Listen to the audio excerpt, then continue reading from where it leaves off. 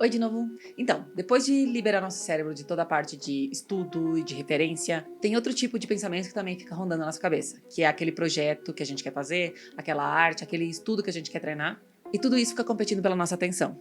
E como no vídeo anterior, eu quero falar de como organizar um sistema usando uma aplicação como segundo cérebro. Esse cérebro vai cuidar da parte mais burocrática, enquanto o nosso cérebro fica mais livre para pensar na parte artística.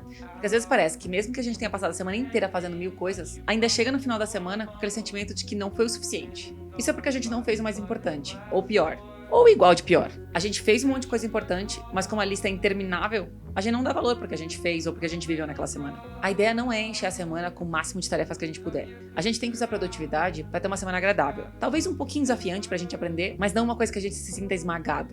Sabe? Usar a produtividade como um meio e não como uma forma de obsessionar de estar fazendo coisa o tempo todo. Já que a vida não é só isso, principalmente para artista. Porque o que a gente vai falar com a nossa arte se a gente não viveu nada? Se a gente ficou dentro de uma caverna sem experimentar nada novo? Eu sei que eu também sou culpada disso. Eu passo semanas, às vezes, num projeto ou num estudo meio que vidrada. Mas eu tento balancear elas com outras semanas onde eu tento procurar uma oportunidade de fazer coisa diferente, ler livros ou ver vídeos, aulas de coisas que não são relacionadas diretamente com a arte. Todas essas coisas que a gente quer fazer precisam ser organizadas num sistema, como o de referências que a gente fez. Se quiser, pode usar um caderno, post-its na parede, um aplicativo de listas. Eu prefiro um sistema digital, onde me deixa usar etiquetas, para ficar mais fácil de classificar. O primeiro passo é soltar todas as informações dentro do sistema, uma entrada para cada tarefa. E cuidado para não cair na armadilha de fazer um projeto como se fosse uma tarefa só. Por exemplo, para mim, criar um personagem não é uma coisinha só. Se eu encontrar essa tarefa no meio da minha lista de coisas para fazer, eu vou ficar perdidinha igual. Tipo, o que eu realmente tenho que fazer? Fazer um personagem vai se transformar em procurar referência, fazer thumbnail, fazer sketch, testar cores, poses, props. Então eu crio uma tarefa para cada uma dessas fases e tento usar alguma ferramenta visual que o sistema me permite, como um ícone ou cores, para mostrar como todas as tarefas fazem parte de um mesmo projeto. Depois de soltar tudo ali, podemos classificar essas tarefas. Que tipo de informação vai te ajudar a encontrar quais são as tarefas mais importantes? Ou organizar a semana que vai ser mais produtiva e mais significativa para ti. Por exemplo, pode ser quanto tempo vai demorar para fazer essa tarefa. Porque daí tu pode filtrar quantas tarefas tu consegue fazer em um dia, ou se dá para terminar aquela tarefa antes do próximo compromisso. Isso também pode ser um treino para quem é freelancer, para saber realmente quanto tempo tu demora fazendo uma tarefa, para saber quanto cobrar de um cliente. Tu coloca quanto tempo tu acha que a tarefa vai durar, ou ajudar na organização de um projeto. Tipo, saber quantas tarefas a equipe vai conseguir fazer naquela semana. Se não acertar na primeira vez, só corrige. Quanta energia tu precisa ter? É uma tarefa que dá pra fazer enquanto tá escutando um podcast ou uma música, ou é aquela tarefa que precisa estar super focado, a primeira tarefa do dia? Terceiro, que ferramentas tu precisa? Computador, internet, celular, ou pode ser só papel?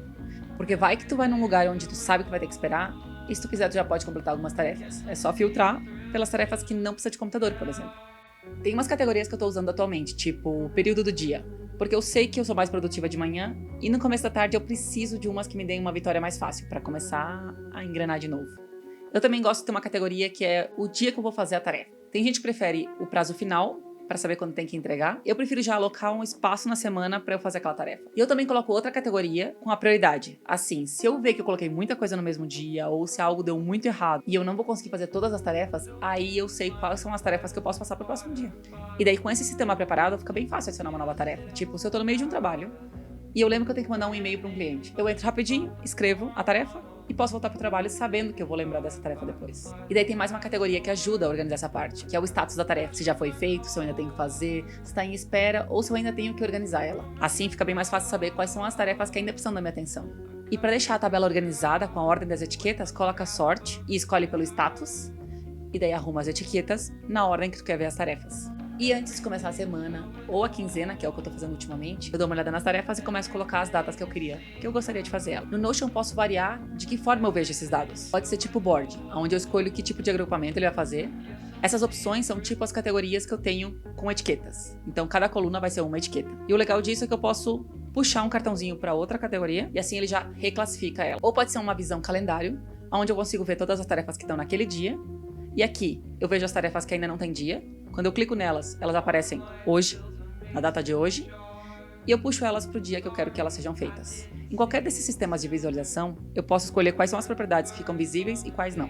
E assim eu consigo ver fácil quanta energia eu preciso naquele dia, quantas horas eu já tenho alocadas, e assim eu tenho uma visão geral da semana, principalmente para ver se eu já não tenho muita coisa. Porque, tipo, no começo da semana eu consigo programar quais são as coisas realmente importantes e deixar um pouquinho de tempo para imprevisto, porque eles sempre acontecem.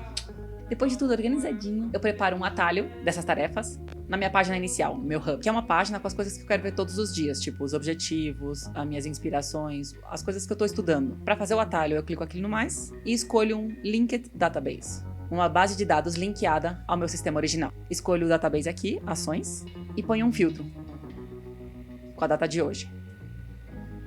Melhor ainda, hoje ou antes. Assim, se eu tiver qualquer tarefa atrasada, ela continua aparecendo aqui. Também posso pedir para o sistema ordenar as coisas para mim, por exemplo, por prioridade. E posso fazer outro atalho aqui no amanhã. Assim, se eu quiser dar uma olhadinha quais são as tarefas que eu tenho para amanhã, também fica fácil. Inclusive, passar uma tarefinha que não deu tempo. Obrigada por me acompanhar aqui no vídeo. Eu espero que tenha te ajudado, tenha te inspirado. Me conta se tu conseguiu fazer as coisas que tu precisava fazer nessa semana. E eu te vejo no próximo vídeo.